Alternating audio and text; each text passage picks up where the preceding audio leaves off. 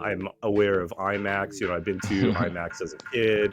Those Yeah. movies are pretty spectacular, and I didn't know that they were operating in China.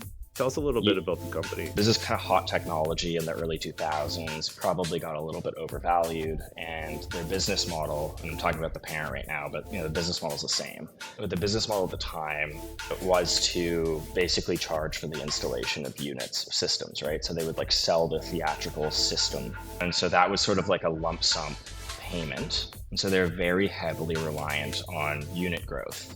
Now, the other part of the business, which is still part of it today, is they charge a royalty for remastering the films from the studios. Mm-hmm. So basically, we got like a royalty from the studio and then like a lump sum per unit installation.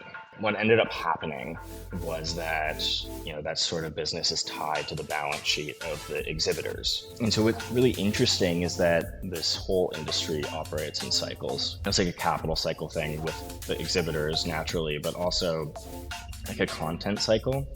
Like the quality of films kind of goes in a circle over time, right? So in the 80s, when you had the VCRs, you started to get all these like action movies, right? Really like disposable kind of like Arnold Schwarzenegger movies.